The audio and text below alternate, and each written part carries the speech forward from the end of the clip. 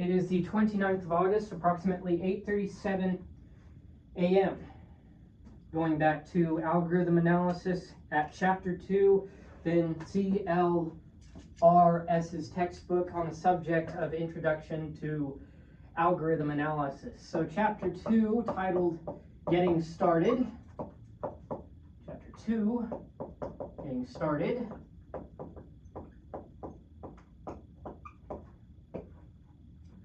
So, historical context, sorting problems have been studied since antiquity in contexts ranging from orderly arrangements of data to the efficient execution of arithmetic. With the rise of computing, sorting became a fundamental operation, right? How do you separate what you don't, what's out there in the ether, from what you actually want?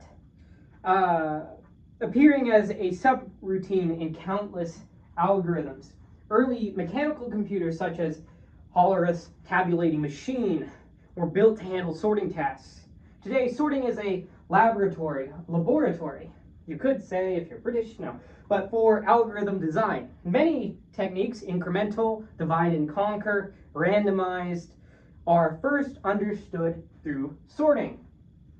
So let's look at one such sorting mechanism in particular, this of course being insertion sort, because I was already writing it on the board as I was speaking. So let's go back to our definition of the sorting problem.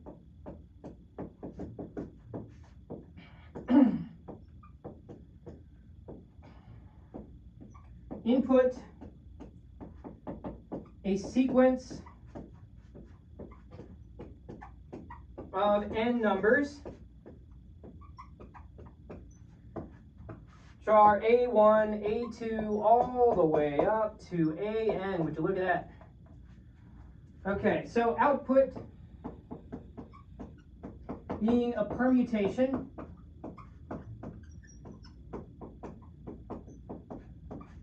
from A sub pi of 1, A sub pi of 2, 2, all the way up to A sub pi of n, such that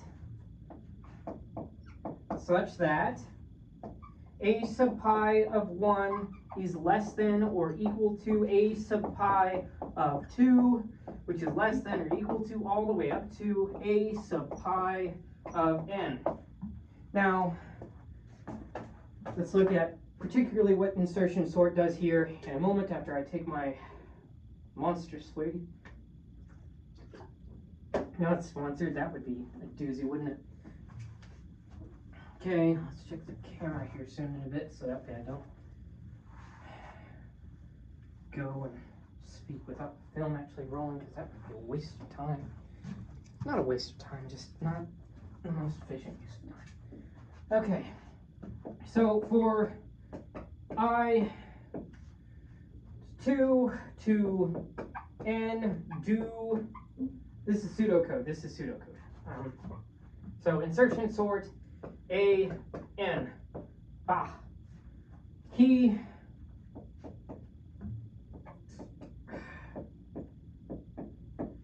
A, this is a list, an array list.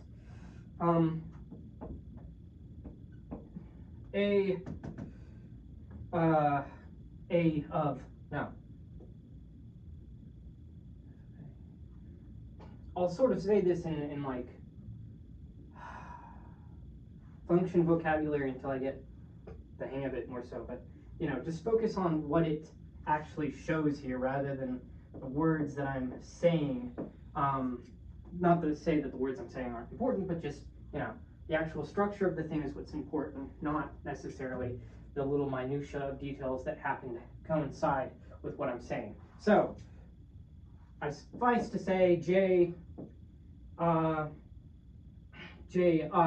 minus 1 while J greater than 0 or A of J greater than key do A of J plus 1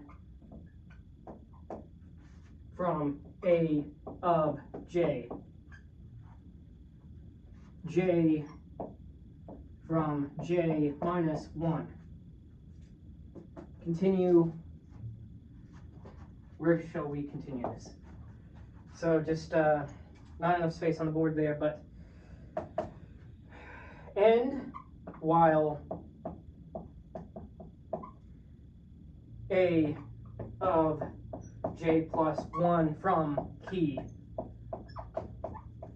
end 4.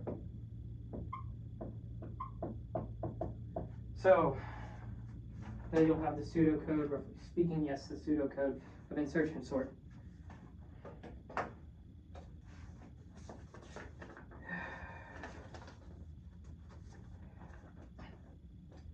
So there's this interesting property that insertion sort has, and we'll get into it here quickly, post haste. Which is this thing called loop invariant, which is rather interesting.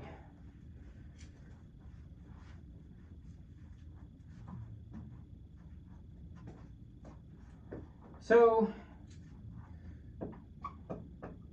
form of a proposition, loop invariant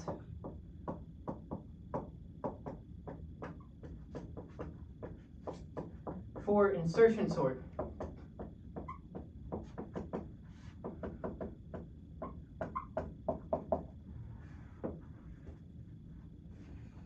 So at the start of each iteration,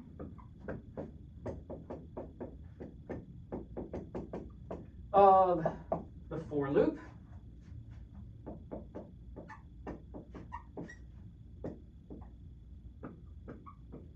with index I, the subarray,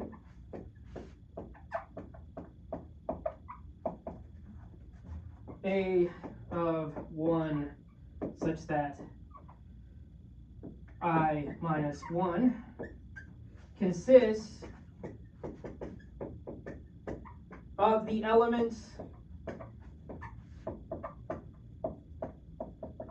originally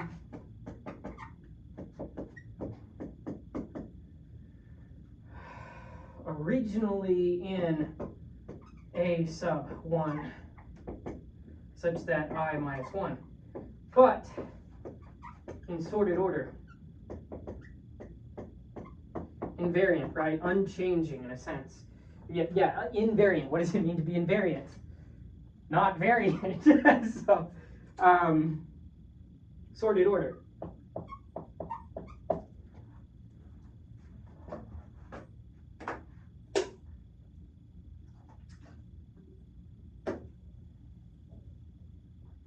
So what's the proof of this? What's a rough proof of this?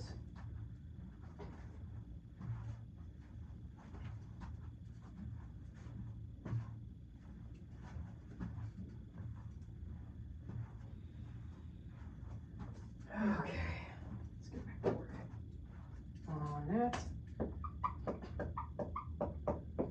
So first off, with initialization,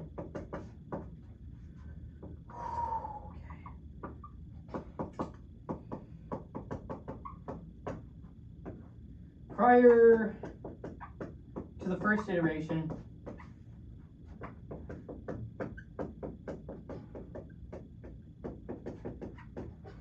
I is equal to 2, the subarray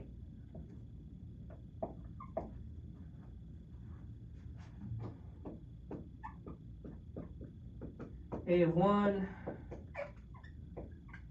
trivially contains a single element. Okay, trivially contains a single. So it's like a singleton set in a way, but not really. I mean, kind of, because it contains a single element. And is therefore sorted. So, you know, there's only one element, and wheresoever shall we put it, right? It's like, well, there's only one real place, is therefore sorted. So, the maintenance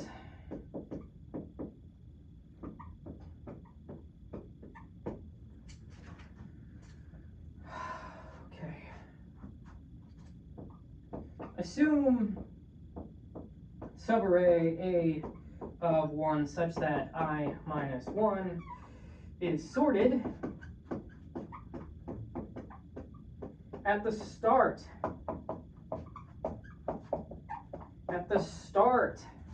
of iteration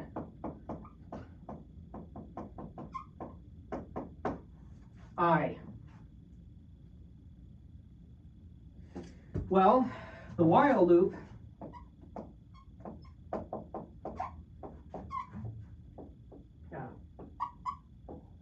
the while loop shifts larger elements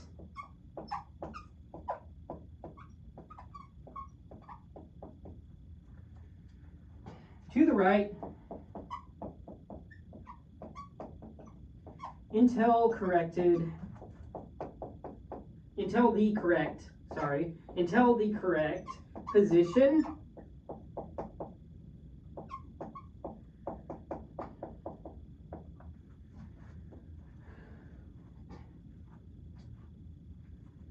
until the correct position for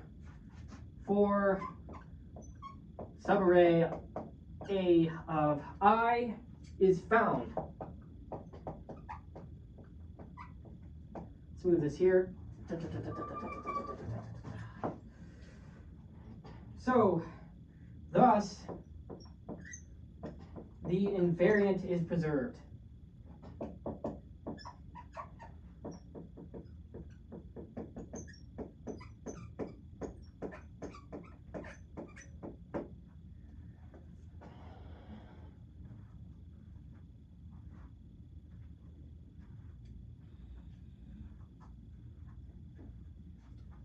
That's interesting.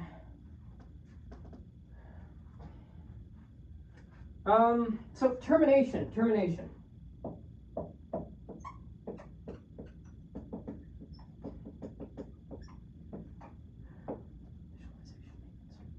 So we're looking at, in case you didn't see, we're looking at each part of insertion sort. And we're saying that, okay, we start off, is it still invariant? It's like it continues, is it still invariant? It ends, is it still invariant? So termination, when the loop terminates,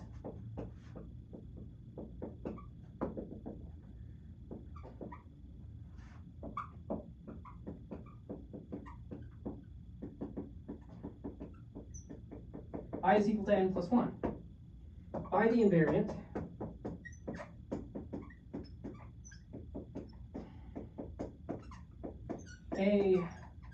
A1n is sorted.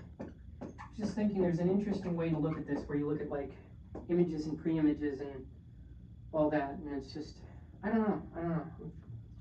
Just, therefore, whoops, let's put that aside. Therefore, the algorithm is correct.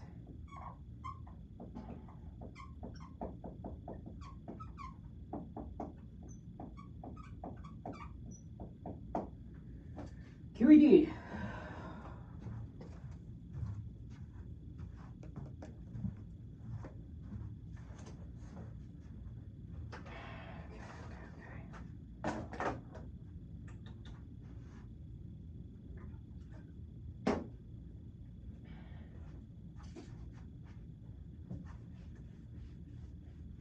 I mean, there's invariant subspaces, right? There's invariant subspaces, so I mean, I wonder if a loop invariant has any sort of connection to do with that. I'll look into it. Probably. I'll see. That's very fascinating. Okay.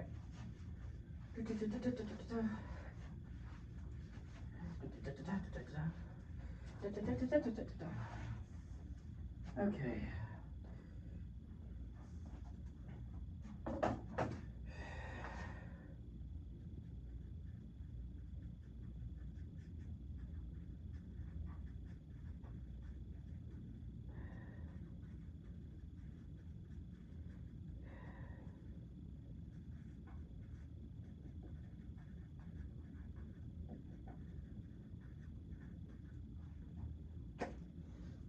Okay. Let's look at another definition. This being running time, as opposed to walking time. Okay, so the running time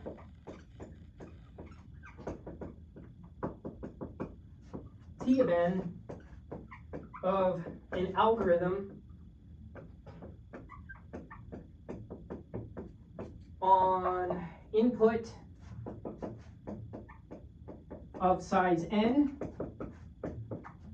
is the number of primitive instructions executed.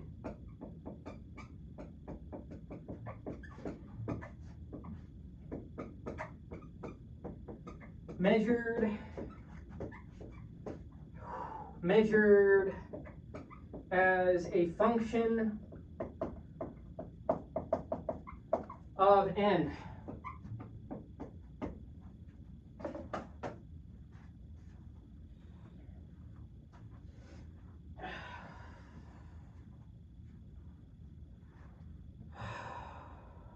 Okay, so let's take a look at insertion sort with this in mind.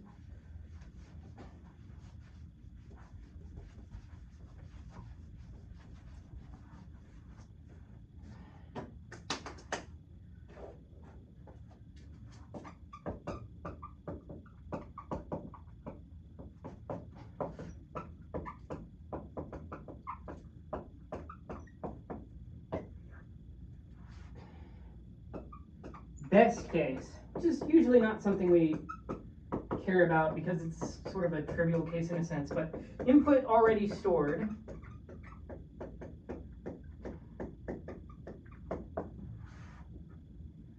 Each inner while loop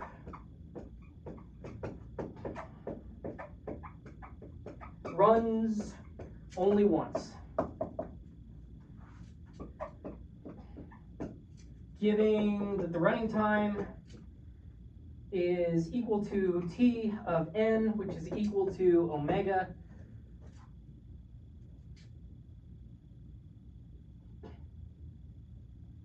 omega of n.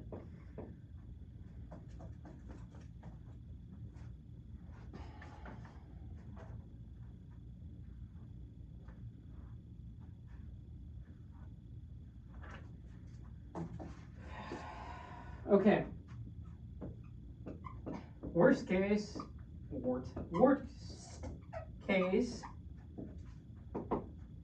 input in reverse order.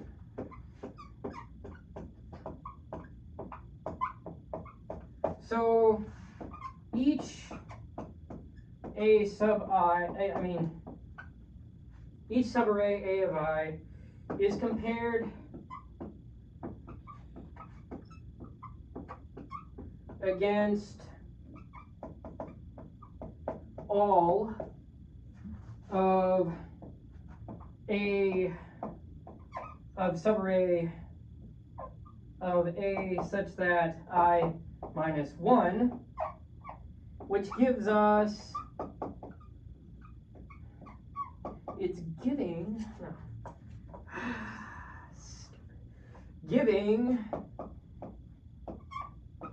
running time T of n is equal to omega n squared.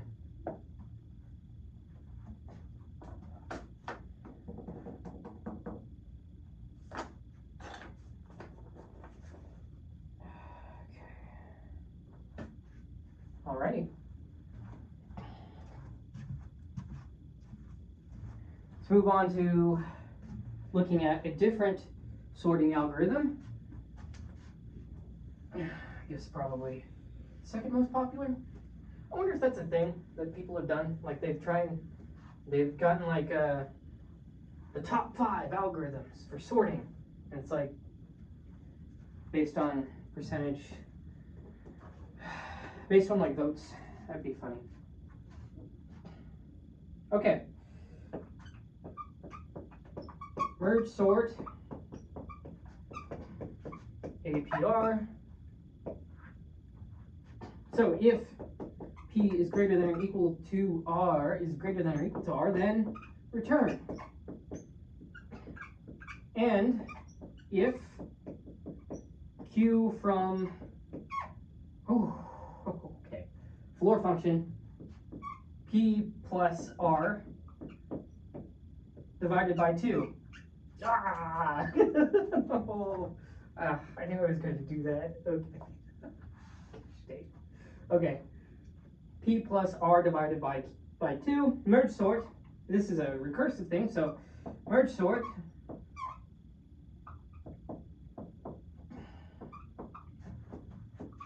A P Q merge sort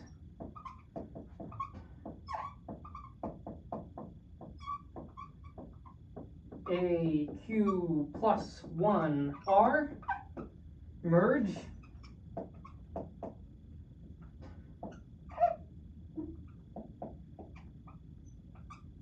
A P Q R. Whew. Is that the end of it? Well, certainly not. Because we forgot to, well, we didn't. Not that we forgot to, we just didn't define this one more explicitly. So let's look at merge. A, P, Q, R. Could be SPQR. That would be pretty cool. Roman Empire for merge. But copy A, P. So subarray A of P such that Q into array L. Copy A of Q plus 1 such that R into array R. So left and right.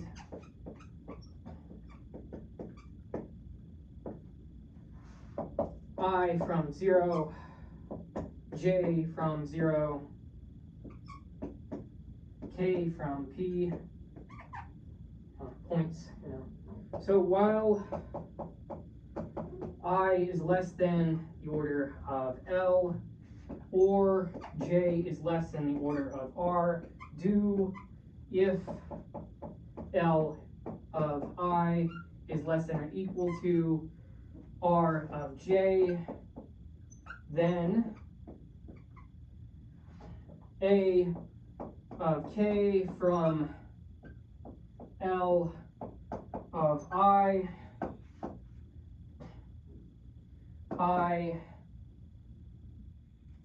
okay, recording went off because of a stupid alarm, but so we were at A of K from L of I from I plus 1, K from K plus 1, and while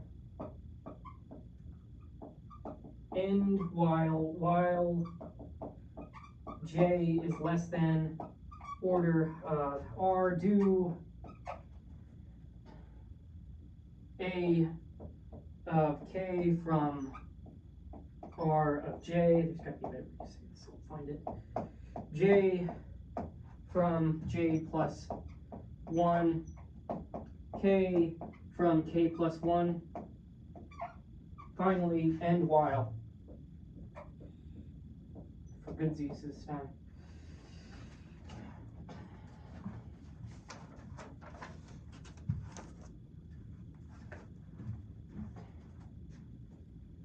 Alright, so there's our pseudocode for merge sort, as well as merge. We see this recurrence happen. It's very neat. Well, in my opinion, it's kind of clunky in comparison to insertion sort, but, you know, that's just because I guess I don't like recurrence as much. I don't know. I like recurrence, though. I don't know. It's put that thought away for now. So, recurrence for merge sort.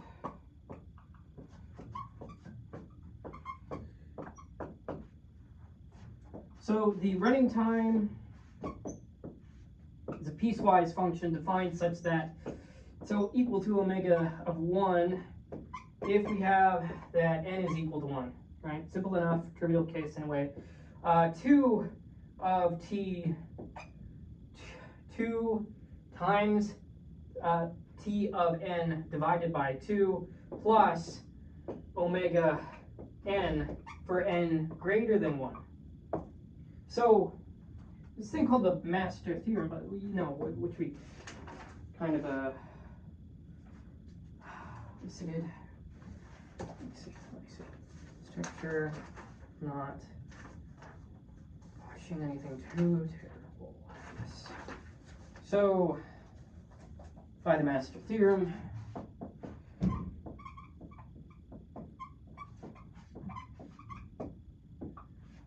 t of n is equal to omega n log n. So insertion sort illustrates correctness proofs via loop invariance and quadratic time analysis. Merge sort exemplifies divide and conquer design, yielding big O n log n performance. Big O of n log n performance. Together, they demonstrate the principle algorithmic efficiency, not just hardware speed, determines scalability. And with that, we close off chapter 2, and we'll go on to the next thing.